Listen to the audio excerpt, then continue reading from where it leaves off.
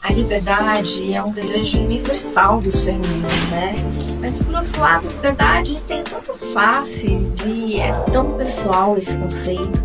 Mas o livro Liberdade Sem Limites vem trazer um pouquinho desse olhar sobre o que é liberdade, se você se sente livre.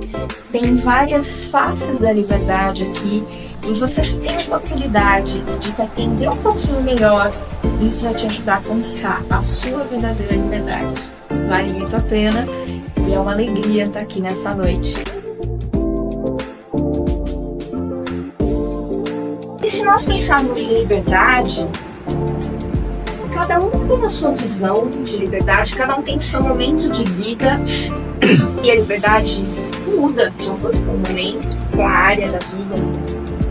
Porém, liberdade plena, aos meus olhos, é quase impossível de alcançar. Mas é uma jornada de pequenas conquistas. Quando enxergo algo que está me aprisionando e eu consigo trabalhar, elaborar, mudar, transformar isso,